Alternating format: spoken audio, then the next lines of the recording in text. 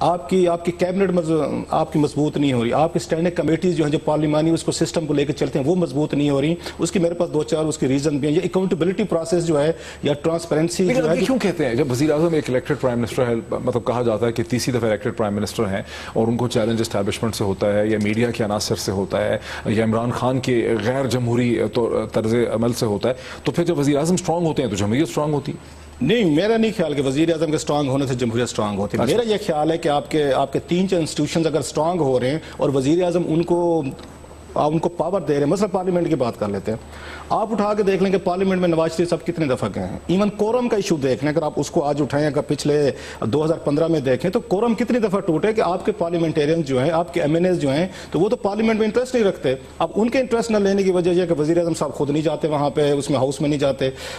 آپ کیبنٹ کو دیکھ لیں, کیبنٹ کتنا بڑا آپ کا ایک کانسٹیٹیوشنل آپ اس کا کہہ سکتے ہیں رول ہے. آج ہی دیکھ لیں ڈان میں میرا خیال ہے کہ میں اس کی دیکھ رہا تھا, تصویر دیکھ رہا تھا, ان کی مریم نواز صاحبہ کی چھپی ہے جس میں انہوں نے سیلفی لی ہے کہ مریم صاحبہ جو ہیں وہ اس پہ ڈرائیونگ یا پیسنجر سیٹ پہ بیٹھی ہیں. اصل تصویر ہے بالکل. آج کے ڈان میں دیکھ لیں, یہ آج کا ڈان ابھی آپ منگوا کے اس میں دیکھ لیں, ڈان میرا خیال پیج نمبر 4 یا 5 پہ سیلفی ہے. It's a very interesting picture, اور جس سے ڈپکٹ کرتی ہے کہ پاکستانی جمہوریت کا رخ جو ہے اس میں ہے کیا تصویر. اس میں سر یہ ہے کہ مریم نواز صاحبہ جو ہیں وہ ایک انہوں نے سیلفی لی ہے اور میرا خیال ہے اس پہ بیٹھے ہیں, پیسنجر سیٹ پہ بیٹھے ہیں, ڈرائیونگ پہ شاید کوئی اور ہوگا کوئی, تو اس پہ انہوں نے وہاں سے سیلفی لی ہے. اس میں ایک تو اگر مریم نواز صاحبہ کا اپنا فیس نظر آ رہا ہے, اور پیچھے جو بیٹھے ہیں پچھلی سیٹ پہ اس میں نواز شریف صاحب بیٹھے ہوئے ہیں اور ساتھ میں اسحاق ڈار بیٹھے ہوئے ہیں. اور جو کیپشن لگا ہوا ہے وہ بڑا انٹرسٹنگ ہے کہ اس میں یہ کہتے ہیں کہ مریم نواز صاحبہ جو ہیں وہ سیلفی لے رہی ہیں اور پیچھے جو ان کے ہیں نواز شریف صاحب جو ہیں یا ڈار صاحب, وہ بیٹھ کے پیٹرولیم پرائسز کو ڈسکس کر رہے ہیں کہ ہم نے کتنی پیٹرولیم پرائسز کم کرنی ہے, کتنی زیادہ کرنی ہے. یہ آپ کی ڈیموکریسی اگر ہے, اگر آپ اس کو سمجھتے ہیں.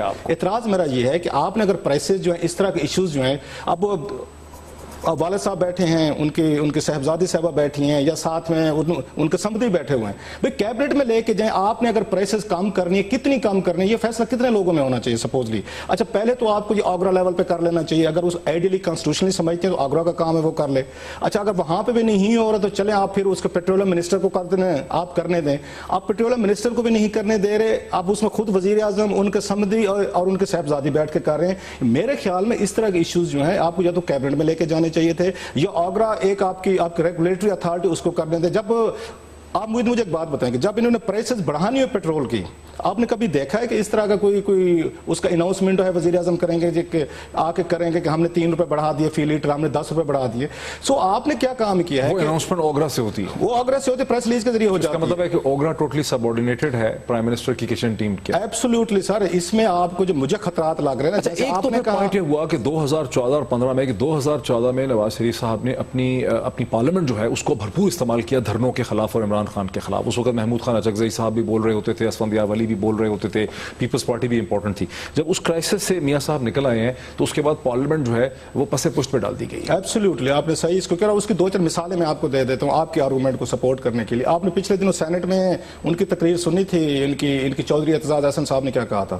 انہوں نے یہی کہا تھا کہ جب عمران خان نے آپ کو گلے سے پکڑا ہوا تو آپ ہمارے پیروں میں پڑے ہوئے تھے. یہ ان کی تقریر ریکارڈ پہ میں بتا رہا ہوں, میں اپنی طرف سے نہیں ایڈ کر رہا. آپ جو ہی خطرے سے نکل گئے ہیں تو آپ نے ہماری گردن پکڑ لی ہے. سو اس میں آپ کو ایون یاد ہوگا اعتزاز احسن صاحب نے یہاں تک کہا کہ آپ کو ہم نے دھرنے کے دنوں میں بچا کے غلطی کی تھی. سو یہ پولیٹکس کا جو ایک سٹائل ہے کہ یہ اب ان کے جو اتحادی ہیں جنہوں نے نواز شریف صاحب کو 2014 میں بچایا تھا, میں اعتزاز کو کوٹ کر رہا ہوں بار بار, وہ بھی یہ کہنے پہ مجبور ہیں کہ ہم نے آپ کو بچا کے غلطی کی تھی. لیکن آپ بھی سمجھتے ہیں کہ غلطی کی تھی؟ نہیں, میرا نہیں خیال. میرا ذاتی طور پر ابھی بھی خیال ہے کہ جیسی بھی لوز آپ کی ڈیموکریسی ہے, اس کو آپ کو ٹائم ہمیں دینا پڑے گا, اس کو چلنا چاہیے. لیکن جو میرے لیے کاز آف کنسرن ہے, جو نواز شریف صاحب کے لیے بھی ہونی چاہیے تھی, کہ جو ٹولز ہیں یہاں پہ ٹرانسپیرنسی کے یا اس کے ڈیموکریسی کے, کہ اگر آپ نے سارے افیئر فیملی میں رکھ لینے ہیں تو یہ نواز شریف صاحب کے لیے بگ تھریٹ ہے. ماضی میں بھی یہی کچھ ہوا ہے کہ میاں صاحب کسی پہ ٹرسٹ نہیں کرتے, وہ اپنی برادری پہ کریں گے, اپنے اسے لاہوری پہ کریں گے, اپنے قریبی کرونی پہ کریں گے. اپنے علاوہ جو تصویر کا میں حوالہ دے رہا ہوں یہ بہت بڑا انڈیکیشن ہے, یہ اس سے دیکھ لیں کہ پاکستان میں جمہوریت کے فیصلے جو میاں صاحب کسی سے مشورہ کر کے کرتے ہیں یا فیملی اس پہ آ گئے. آپ نے بات کی کچن کیبنٹ کی, یہ تو کچن کیبنٹ بھی نہیں ہے. یہ جو میں تصویر جس کی بات کر رہا ہوں، جس میں فیصلہ کیا گیا ہے کہ پیٹرول کی قیمتیں ہم نے کتنی، اچھا پیٹرول کی تو بڑے انہوں نے خیر وہ کم ہی نہیں کی نا، وہ ایک گاڑی میں بیٹھ کے ایک ڈرائیو کرتے ہوئے وزیر اعظم، ان کے سمدھی اور ان کی بیٹی جو ہے وہ فیصلہ کر رہی ہیں. اس سے آپ کا کیا خیال ہے؟ جمہوریت یہ مضبوط ہو رہی ہے؟ میرا خیال ہے نہیں ہو رہی. آپ اپنی پاور جو ہے وہ شیئر نہیں کر رہے. وزیر اعظم اپنے منسٹر کے ساتھ اس میں ڈسکشن نہیں کرتے. آپ مل رہے اسلام آباد میں کسی منسٹر سے، ان کو تو ایکسیس ہی نہیں ہے پرائم منسٹر آف پاکستان تک. اس سے میں سمجھتا ہوں کہ پارلیمنٹ کا رول آپ کا کم ہو رہا ہے. اچھا اس کا نتیجہ کیا نکل رہا ہے؟ اس تک ہم پہنچے کیوں؟ ایک وجہ تو یہ سمجھ آتی ہے کہ آرمی پبلک اسکول پہ دہشت گردی کے حملے کے بعد پاکستانی سیاست کا جو محور ہے، جو مرکز ہے، جو فوکس ہے، وہ تبدیل ہو گیا. وہ چلا گیا وار اگینسٹ ٹیررزم پہ، ضرب عضب پہ، کراچی کو اسٹیبلائز کرنے میں، طالبان کے خلاف، جس وجہ سے نواز شریف صاحب کو اسپیس ملی. وہ سپیس کا ملنے کا یہ مطلب تو نہیں ہوتا کہ آپ نہیں، لیکن وجہ کیا بنی؟ وجہ یہ بنی، یا نواز شریف صاحب ہیں ہی اتنے چالاک ہیں، اتنے اسمارٹ ہیں، انٹیلیجنٹ ہیں کہ انہوں نے آؤٹ منوور کر دیا اپنے تمام مخالفین. وہ کہتے ہیں جب آپ اپنی پیک پہ ہوتے ہیں نا انٹیلیجنس کی یا پاور کی، تو اسی وقت ہی غلطیاں کرتے ہیں. یہ ذہن پہ رکھیں، فال تو کہیں نہ کہیں سے شروع ہونا ہوتا ہے. میاں صاحب کا آپ نے بالکل صحیح کہا اپنے انٹرو میں کہ یہ ان کا سال پیک کا سال ہے. اب میاں صاحب کو بڑا سنبھل کے چلنا ہوگا. اچھا، اب ان سے غلطیاں ہوں گی. آپ کہتے ہیں کہ جو گزر گیا سال 2015 وہ ان کا پیک تھا. ان کا پیک کا سال تھا. اس کی ریزن کیا تھی جو آپ نے چیزیں بتائیں؟ 2014 سے ہٹ کے انہوں نے اپنے آپ کو دوبارہ آپ کہہ سکتے امرج کیا ہے، دوبارہ انہوں نے ری اسالٹ کیا اپنے آپ کو. اب جو ان کے لیے پرابلم ہو رہے ہیں کہ ان کے خلاف کوئی بڑی میجر اپوزیشن نہیں بچ گئی. اب پیپلز پارٹی کمپرومائز ہے. عمران خان صاحب کو بالکل ان کو اپوزیشن کا، پارلیمانی اپوزیشن کی بات کروں، ان کا سٹائل ہی ڈیفرنٹ ہے. وہ سڑکوں پہ بات کریں گے، ٹی وی شوز میں بیٹھ کے اپنا رولا ڈالیں گے. اس کے علاوہ عمران خان صاحب جو ہے پارلیمانی پالیٹکس نہیں کر سکتے، نہ ان کو انڈرسٹینڈنگ ہے، نہ ہاؤس کے اندر انہوں نے کبھی کوئی بہت بڑا کوئی میجر انہوں نے آپ کہہ سکتے سیٹ بیک کیا ہے. ایک انڈیکیشن بڑا ان کے لیے خطرناک آ رہا ہے. سیاسی اعتبار سے ان کی شادی ان کے لیے زیادہ نقصان دہ ثابت ہوئی ہے، ان کی حکمت عملی کی غلطیاں؟ میرا خیال ہے مجھے کلوانا چاہتے ہیں، چلو میں یہ حکمت عملی کی غلطیاں یا شادی زیادہ نقصان دہ تھی کہ حکمت عملی کی جو غلطیاں انہوں نے کی ہیں؟ میرا خیال ہے کہ جنوری 2015 سے آن ورڈ عمران خان نے جتنے فیصلے بھی کیے ان کے خلاف گئے، چاہے اس میں شادی کا فیصلہ تھا، ان کے ڈیورس کے فیصلے تھے، ان کے ٹائمنگ بڑی غلط تھی. اب بہت سارے لوگوں کے لیے اگین یہ ڈائجسٹ کرنا مشکل تھا کہ وہاں پہ 140 بچے وہاں پہ مرے پڑے ہیں، ان کے اسیسینیشن ہوئی ہے، والدین رو رہے ہیں، پوری دنیا رو رہی ہے، اور عمران خان صاحب 22 دن بعد شادی فرما رہے ہیں. ایک تو میرا خیال ہے that was again a bad message جو نہیں آنا چاہیے تھا اتنے بڑے ایک لیڈر کی طرف سے. چلیں جی ہو گیا، لوگوں نے مان لیا. اس کے بعد آپ نے ایک دن پہلے جب بلدیاتی الیکشن ہو رہے ہیں، ایک دن پہلے آپ اس کو ذریعے ٹویٹ کے ذریعے پریس ریلیز کے ذریعے ڈیورس کر رہے ہیں. یہ پولیٹیشین جو ہے ایسے نہیں کرتے. ٹائمنگ یہ پالیٹکس میں بہت امپورٹنٹ میٹر کرتی ہے. ایک بریک لے لیں ناظرین، ایک بریک لے لیتے ہیں. کلاسر صاحب بھی مجھ سے ایگری کر رہے ہیں کہ 2015 جو ہے وہ وزیر اعظم نواز شریف صاحب کا جو ہے ان کی بحالی کا سال تھا. ان کے طاقت میں اثر و رسوخ میں بے انتہا اضافہ ہوا ہے. کیا 2016 جو ہے وہ مزید ان کی طاقت میں اضافہ کرے گا؟ اس پہ بات کرتے ہیں آفٹر دا بریک. ناظرین ویلکم بیک. بات کو آگے بڑھاتے ہیں. کلاسر صاحب، جوڈیشل کمیشن جو تھا وہ بھی تو عمران خان نواز شریف صاحب کی بہت بڑی کامیابی تھی. جوڈیشل کمیشن کی رپورٹ کا آنا اور اس میں جو ہے ایک طرح سے مہر ثبت کر دی انہوں نے 2013 کے الیکشن. مجھے میرا خیال ہے کہ جو عمران سے پھر ٹائمنگ کا پرابلم ہے اس میں جوڈیشل کمیشن پہ بھی. آپ کو یاد ہوگا کہ جب انہوں نے بلایا تھا، جنرل رحیل نے بلا کے آفر کی تھی کہ میں بنوا کے دیتا ہوں 4 شرائط جو انہوں نے کہا جی میں بنوا دیتا ہوں. اگست سپٹمبر میں 2000 جو رات کو دھرنے کے وقت انہوں نے بلوایا تھا، اس پہ انہوں نے کہا تھی وزیر اعظم نے مجھے کہا کہ میں بیٹھ کے آربیٹریشن کرواؤں. تو عمران خان صاحب ضد کر کے وہاں پہ، حالانکہ میرا خیال اگین ٹائمنگ کے ایشو، عمران کے سارے ایشو جو ہے پولیٹیکل ٹائمنگ کے ہیں.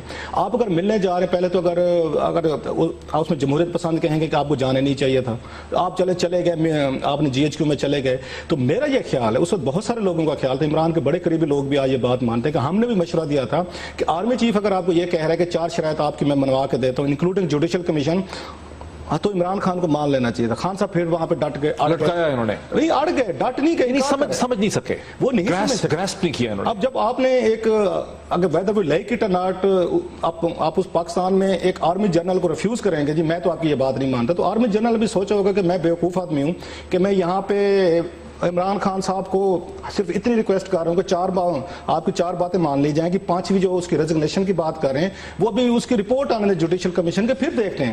تو یہ تو میری ایک بات ماننے کو تیار نہیں، تو میں کیوں جا کے نواز شریف صاحب پہ دباؤ ڈالوں کہ وہ تمام شرائط مانے جو خان صاحب بنوانا چاہتے ہیں. تو میرا خیال آرمی کے لیے نواز شریف صاحب زیادہ اس دن کے بعد آرمی کو بھی سمجھ آئی ہوگی کہ ضدی ہیں، کہ یہ ضدی ہیں، یہ کسی کی بات نہیں مانتے.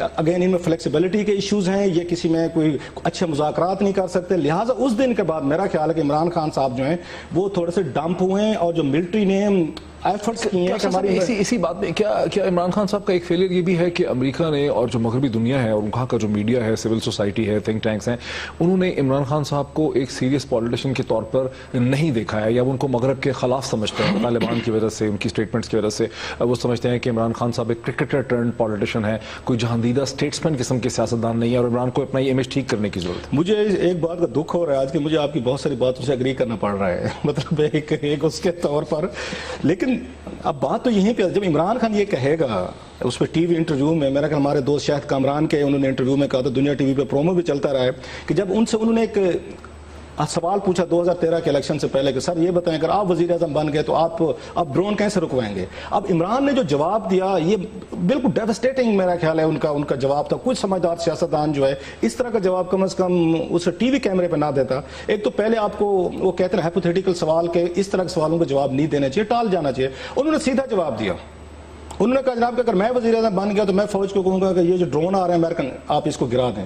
میرا یہ خیال ہے اس کے بعد فوج ڈر گئی ہے آپ کا نیٹو ڈرا ہے، امریکنز ڈرے ہیں، اس کو یورپ، حالانکہ وہ کر ایسا نہیں سکتے تھے، اگر وہ ہائپوتھیٹیکلی پرائم منسٹر ہوتے تو وہ کبھی ایسا نہیں کر سکتے۔ لیکن کہنے میں کیا ہے کہ فوری طور پر آپ کا جی ایچ کیو ڈر گیا کہ جناب یہ کوئی پاکستان میں کوئی اس میں ملا عمر ٹائپ بندہ پیدا ہو گیا ہے، کوئی صدام حسین جیسا پیدا ہو گیا ہے، تو یہ تو کل کو اگر آپ نے اس کے ساتھ 52 ملکوں کی فوج بیٹھی ہوئی ہے، آپ یہ کہہ رہے ہیں کہ ہم ڈرون کروا لیں گے۔ تو بیسیکلی موقع کی نزاکت کو وہ نہیں سمجھ سکتے، ان کی ججمنٹ جو ہے وہ ٹھیک نہیں ہے، اور بہت سارے دشمن وہ بیٹھے میرا خیال۔ لیکن نواز شریف صاحب کی جو سیاسی کامیابی ہے، ان کا جو ایک اثر و رسوخ میں اضافہ ہوا ہے، اس کا سارا کا سارا تعلق کیا عمران خان کے فیلئرز کے ساتھ ہے؟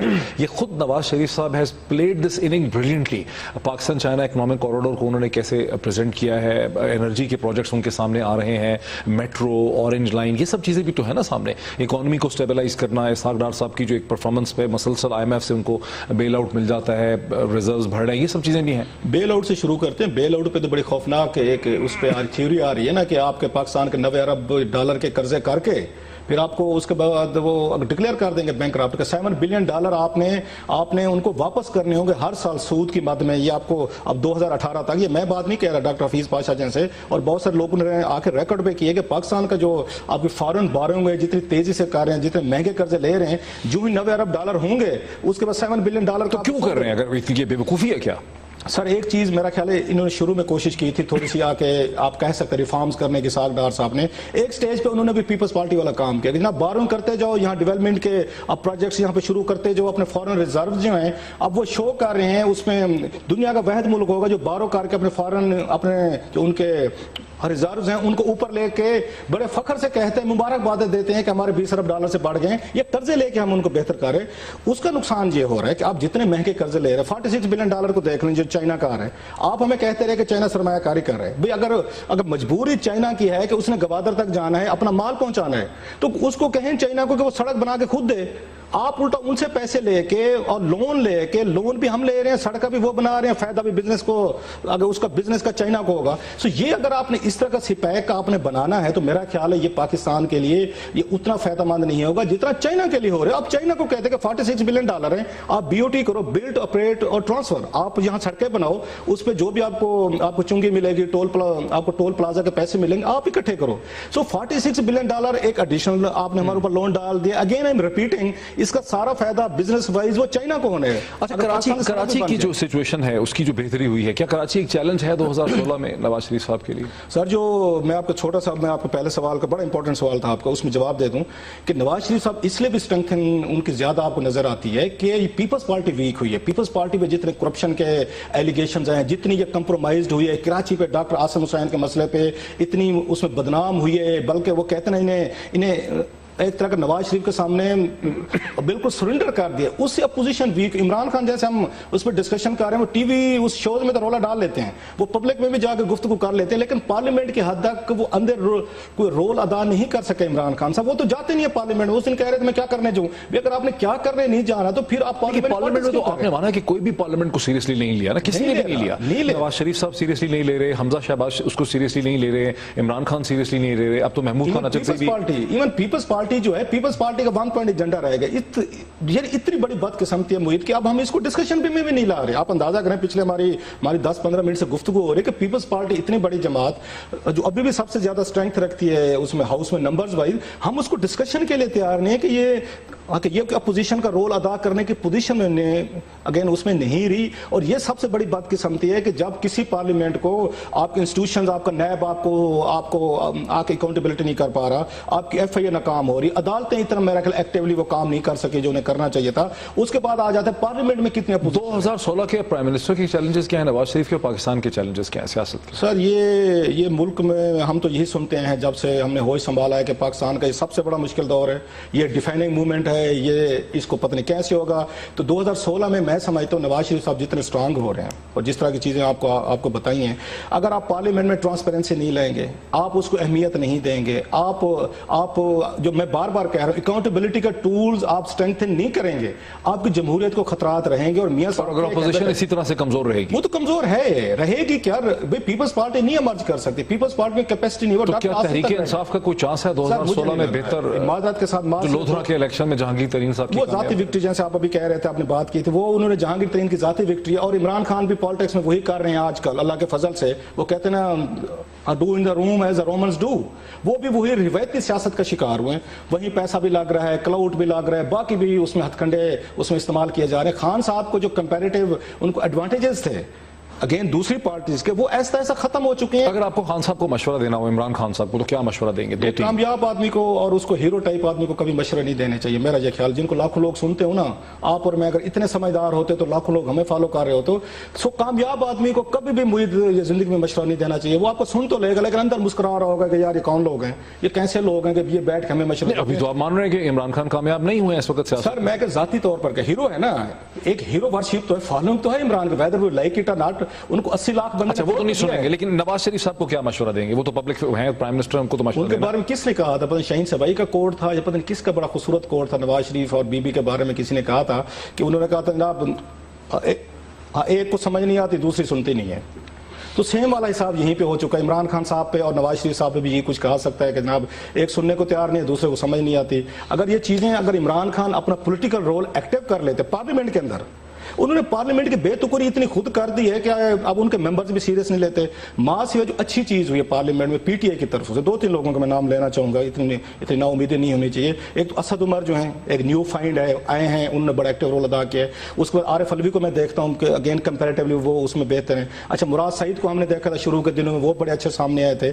ادروائز ان کے 30-32 لوگ جو آپ کو ٹی وی چینلز پہ نظر آ جائیں گے, وہاں پہ صورتیں پڑھتے ہوئے, وہاں پہ کلمے پڑھتے ہوئے, وہاں پہ آ کے دیگر چیزیں کرتے ہوئے, لیکن پارلیمنٹ کے اندر ان کی پرفارمنس ان کی کمیٹیز کے اندر وہ بالکل نہیں ہے. اور اس کا پورا فائدہ نواز شریف صاحب اٹھا رہے ہیں کہ Peoples Party down, Imran Khan sahab کو انٹرسٹ نہیں رہی. تو وہ کہتے ہیں نا, اس کے بعد پنجابی کا محاورہ جس پہ میں کنکلوڈ کروں گا اپنا آرگومنٹ, کہتے گلیا ہو جائیں سنیاں وچ مرزا یار پھرے, تو مرزا یار پھرے اسلام آباد.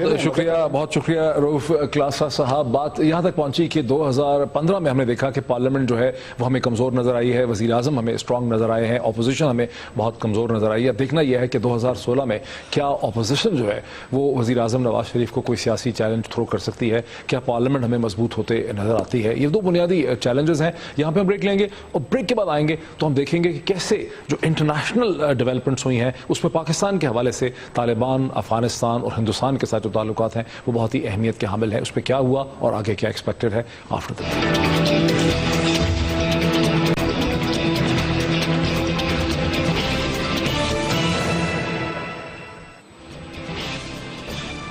ناظرین, ویلکم بیک.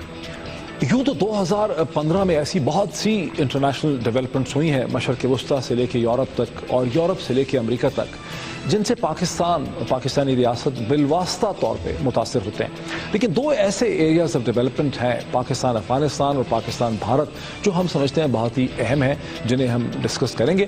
اور مختصراً یہ یاد کروانا بہت ضروری ہوگا کہ جب 2015 کا آغاز ہوا تو ایسا لگ رہا تھا کہ ضرب عصب کے بعد پاکستان اور افغانستان کے درمیان ایک بہتر, پہلے سے بہت زیادہ بہتر روابط ہیں, بہتر تعلقات ہیں. اور پھر جون جولائی میں تو ایسا بھی لگ رہا تھا کہ طالبان بھی مذاکرات معاملات کی ٹیبل پہ آئیں گے اور معاملات آگے چل پائیں گے. لیکن جب سال کا اختتام ہوا تو کوئی صورتحال پہلے کے مقابلے میں زیادہ انسرٹن ہے.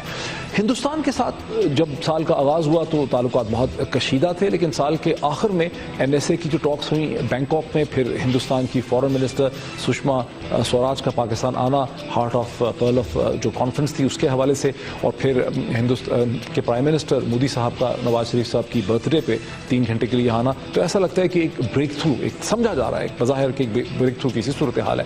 اس پہ بات کرنے کے لیے کہ 2016 میں کیا ہوگا ہمیں جوائن کیا ہے جناب رستم شاہ محمد صاحب نے, جو نہ صرف خیبر پختونخوا کے فارمر چیف سیکرٹری رہے ہیں بلکہ افغانستان میں پاکستان کے ایمبیسڈر رہ چکے ہیں. رستم شاہ محمد صاحب السلام علیکم اینڈ اے وارم ویلکم. وعلیکم السلام, مہربانی. آپ کو کیسا لگ رہا ہے سر کہ افغانستان کے ساتھ 2016 جو ہے وہ کس قسم کا رہے گا؟ دیکھیے, جب تک جو زمینی حقائق ہیں ان کو تسلیم نہیں کیا جائے گا تو میں سمجھتا ہوں کہ بات آگے نہیں بڑھے گی. صرف یہ کہنا کہ طالبان بات چیت کے لیے راضی ہو جائیں گے یہ کوئی بڑی بات نہیں ہے. طالبان پہلے بھی راضی ہوئے تھے اور ملا اختر منصور کی قیادت میں انہوں نے بات چیت کا آغاز کیا تھا جون جولائی میں مری میں پچھلے سال, اور اس کے بعد بھی وہ راضی ہو جائیں گے. لیکن بات چیت کا فریم ورک کیا ہوگا, بات چیت ڈیلیور کرے گی کہ نہیں کرے گی, کیونکہ ایشوز پہ پاکستان نے کوئی کام نہیں کیا ہے. محمد صاحب سب سے پہلے تو ذرا اس پہ تھوڑا سا سمجھائیں نا ہمارے ویورز کو کہ جب 2015 کا آغاز ہوا تھا تو اس وقت تو یہ لگ رہا تھا کہ کابل اور اسلام آباد میں بڑے بہتر روابط ہیں, بہتر کمیونیکیشن ہے, ملٹری ٹو ملٹری ٹائز بھی امپروو کر گئے تھے, بڑی ایک بون ہومی تھی, ایک ہنی مون کی صورتحال تھی. پھر وہ خراب کیوں ہو گیا؟ خراب اس لیے ہو گیا کہ قندوز پہ طالبان نے چڑھائی کی اور ان پہ کچھ دنوں کے لیے قبضہ کر لیا, اور افغان انٹیلیجنس نے حکومت کو یہ باور کرانے کی کوشش کی کہ قندوز کا جو اپینسو ہے طالبان کی مدد کی ہے پاکستان نے, اور پاکستان کے بعض حلقے طالبان کی اب بھی مدد کر رہے ہیں, اور انہوں نے ان کو فنی مہارت بھی مہیا کی ہے اور ویسی فائنانشل بھی ان کو سپورٹ کیا ہے. یہ بات جب کابینہ میں زیر بحث آئی تو وہاں پہ ایک طوفان اٹھا, اور اس کے بعد جو ہے حالات بہت زیادہ سنگین ہو گئے, حتیٰ کہ اشرف غنی کو یہ کہنا میں جولائی میں جب طالبان کے ساتھ مذاکرات ہو رہے تھے جس میں آبزرور سٹیٹس تھا امریکہ کا اور چین کا, وہ مذاکرات اس وقت ناکام ہو گئے جب این ڈی ایس نے ملا عمر کے مر جانے کی خبر جو ہے اس کو لیک کیا. تو قندوز کا حملہ تو سر اس کے بعد ہوا, قندوز تو اس کے بعد کی ڈیولپمنٹ. اسی لیے تو میں کہتا ہوں کہ اس وقت جو مومنٹم بلڈ اپ ہوا تھا اس کے بعد جو ملا عمر کے موت کے اناؤنسمنٹ کے تنازع پہ بات چلی, لیکن اس کے بعد اس سے زیادہ خطرناک صورتحال قندوز کی آئی جب حکومت کو یہ بتایا گیا کہ قندوز کے اپینسو میں پاکستانی ملوث ہیں. روکنا چاہتا ہوں کہ یہ دیکھیں, مجھے ایسا لگ رہا ہے جیسے پاکستان کا جو ریلیشن شپ ہندوستان کے ساتھ ہے اور جو افغانستان کے ساتھ ہے وہ مکس ہو گئے ہیں 2015 میں, دونوں جڑ گئے. کسی حد تک یہ بات صحیح ہے, کیونکہ افغانستان کو ایک کنٹروورشل بنایا جا رہا ہے, کیونکہ پاکستان کی پالیسی پچھلے 30 سال سے اس کا محور یہ تھا, اس کے 2 محور تھے. ایک یہ کہ افغانستان میں ایک فرینڈلی حکومت ہو, مطلب یہ کہ پاکستان کے زیر اثر ہو, اور دوسرا یہ کہ وہ ہندوستان کے زیر اثر نہ ہو, ہندوستان کے رول کو وہاں پہ کنٹین کیا جائے, ریسٹرکٹ کیا جائے, محدود کیا جائے. یہ پاکستانی پالیسی کے 2 بنیادی ستون تھے, دونوں کنٹروورشل تھے, دونوں کو مناسب وقت پہ صحیح کرنا چاہیے تھا, ہم نے نہیں کیا. صاحب یہ بڑی دلچسپ بات کر رہے ہیں, یا بڑی دلچسپ بات کر رہے ہیں جب ہم نریندرا مودی صاحب کا وہاں کا وزٹ دیکھتے ہیں, جب وہ پارلیمنٹ کا افتتاح کرتے ہیں, وہاں وہ جس قسم کی اسٹیٹمنٹس دیتے ہیں, اس سے تو ایسا لگتا ہے کہ ہندوستان اب یہ چاہ رہا ہے کہ افغانستان کو, وہ افغانستان میں اسٹریٹجک ڈیپتھ ڈھونڈ رہا ہے, وہ سوچ رہا ہے کہ افغانستان کی اسپیس کو یوز کیا جائے پاکستان کو کنٹین کرنے کے لیے, تاکہ پاکستان جو ہے وہ سینٹرل ایشیا کی طرف جو ہے وہ نہ جا سکے, ڈیپینڈنٹ رہے ہندوستان پہ. یہ تو الٹا نہیں ہو گیا, ریورسل نہیں ہو گیا؟ یہ میں سمجھتا ہوں کہ یہ پاکستانی پالیسی کا ریئیکشن ہے, ان کا اپنا انیشیٹو نہیں ہے, لیکن چونکہ پاکستان کی obsession تھی کہ ہندوستان کے رول کو ریسٹرکٹ کیا جائے, کیونکہ پاکستان یہ سمجھتا تھا کہ افغانستان کے ساحل کو بنیاد بنا کے پاکستان کے لیے مشکلات پیدا کر دی جائیں گی. تو یہ بات چلی نہیں آگے, کیونکہ ہندوستان $2 بلین کی انویسٹمنٹ وہاں کر رہا ہے, ہندوستان 4تھا بڑا ڈونر ہے, لوگ ہندوستان کے انٹروینشن کو اور ان کی سپورٹ کو پسند کرتے ہیں, ہندوستان کی بڑی وہاں زبردست لابی ہے, ہندوستان سینٹرل ایشیا تک بھی پہنچ پہنچنے کی کوشش کر رہا ہے. تو میں سمجھتا ہوں کہ پاکستان کو اپنی پالیسی سمجھتے کہ پاکستان کو خوفزدہ ہونا چاہیے؟ آپ نہیں سمجھتے کہ یہ جو ساری ڈیولپمنٹ ہے ہندوستان کی، جو دلچسپی ہے، جو انویسٹمنٹ ہے، اس سے پاکستان کو خوفزدہ ہونا چاہیے؟ بالکل نہیں، کیونکہ پاکستان کی جو پوزیشن ہے وہ ہندوستان کی کبھی ہو ہی نہیں سکتی. دیکھیں ہمارا 2200 کلومیٹر لانگ بارڈر ہے، پھر ہماری 75,000 پاکستانی وہاں کام کرتے ہیں، پھر یہاں پہ 20 لاکھ مہاجرین ہیں، پھر یہ ایتھنک اور باقی رشتے ہیں ہمارے ان کے ساتھ.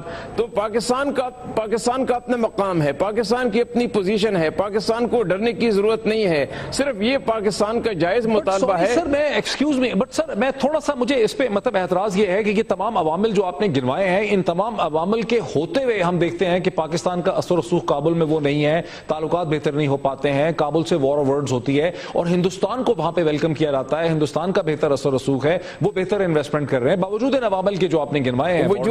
وجوہات وہی دو ہیں جو میں نے گنوائی ہیں کہ افغانستان میں یہ عام تاثر ہے شمال سے لے کے جنوب تک، مشرق سے لے کے مغرب تک، کہ پاکستان اپنی مرضی کی حکومت مسلط کرنا چاہتا ہے. پچھلے 30 سال میں جو پاکستان کی انٹروینشن ہوئی ہے کہ پاکستان اپنی مرضی کی حکومت مسلط کرنا چاہتا ہے تاکہ افغانستان جو ہے اس کے لیے ایک جو وہ اسٹریٹجک ڈیپتھ والی پرانی تھیوری جو ہے، جو ڈسکارڈ تھیوری ہے، تاکہ پاکستان کے لیے کوئی وہاں مقام پیدا ہو سکے. اگرچہ یہ بات صحیح نہیں ہے، لیکن یہ تاثر یہ ابھرا ہے کہ پاکستان جو ہے یہ کوشش کرتا رہا ہے، اور پاکستان کبھی ایک گروپ کو، کبھی دوسرے گروپ کو، کبھی ایک فیکشن کو، کبھی دوسرے فیکشن کو، کبھی ایک لیڈر کو، کبھی دوسرے لیڈر کو سپورٹ کرتا رہا ہے.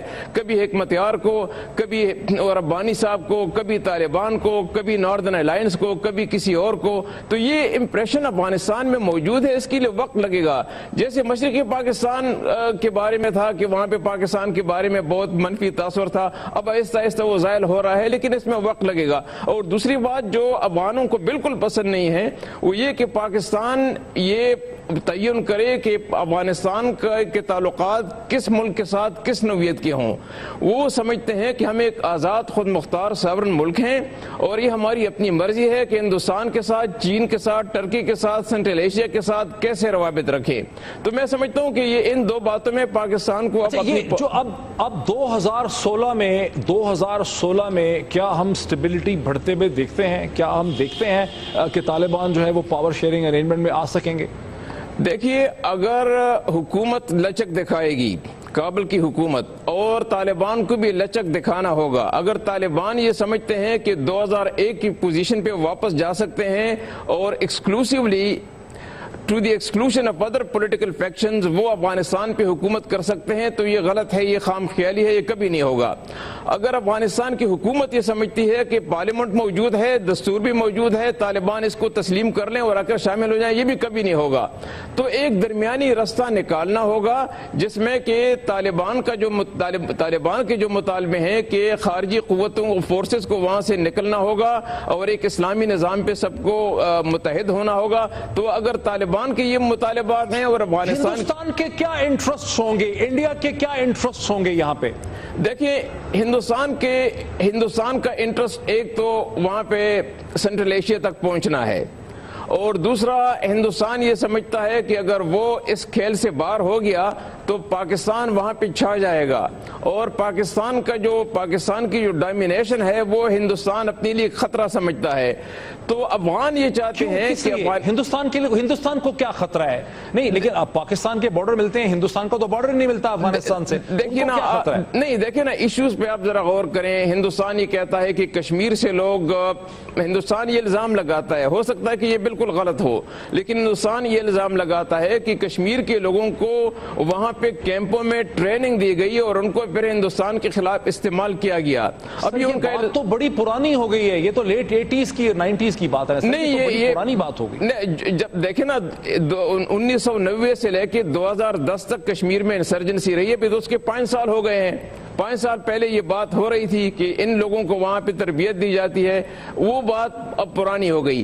وہ میں تسلیم کرتا ہوں، لیکن ہندوستان ایک ریجنل ملک ہے، وہ ایک ریجنل پاور ہے، ایک ورلڈ پاور بننے کی کوشش کر رہا ہے۔ وہ سمجھتا ہے کہ افغانستان کے ساتھ ان کے 2000 سال کے سویلائزیشنل کانٹیکٹس ہیں اور پاکستان ان کے راستے میں رکاوٹ ہے۔ میرا خیال ہے کہ اگر پاکستان جو بریک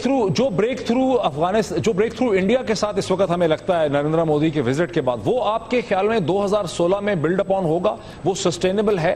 بالکل سسٹینیبل ہے اور اس کو ہونا چاہیے۔ ہم پہلے سے یہ بات کرتے رہے تھے کہ ہندوستان اور پاکستان کو افغانستان میں اپنے رول کے حوالے سے ایک دوسرے کو اعتماد میں رہنا چاہیے۔ پاکستان کا رول ہندوستان کے خلاف نہیں ہے اور ہندوستان کا رول پاکستان کے خلاف نہیں ہے۔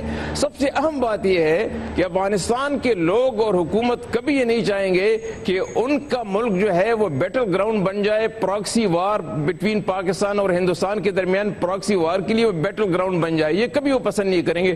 اور میں سمجھتا ہوں کہ ان لوگوں پہ رحم کرنا چاہیے، کیونکہ پچھلے 35 سال سے وہاں پہ ایک کانفلکٹ ہے، لڑائی ہو رہی ہے، تو پاکستان کو بھی ریئلائز کرنا چاہیے اور ہندوستان کو بھی ریئلائز کرنا چاہیے کہ اب افغانستان کے لیے امن کی ضرورت ہے، جس قیمت پر بھی ہو، جیسے بھی ہو، جتنی جلدی ہو، ریئلائز کرنا چاہیے۔ رستم شاہ محمد صاحب بہت شکریہ۔ دیکھنا ہے کہ 2016 میں ہندوستان اور پاکستان کے درمیان افغانستان میں جو ایک بیٹل گراؤنڈ کی صورتحال ہے، کیا اس میں کوئی بہتری آتی ہے، کیا حالات بہتری کی طرف جا پاتے ہیں؟ آج اتنا ہی، کل آپ سے پھر ملاقات۔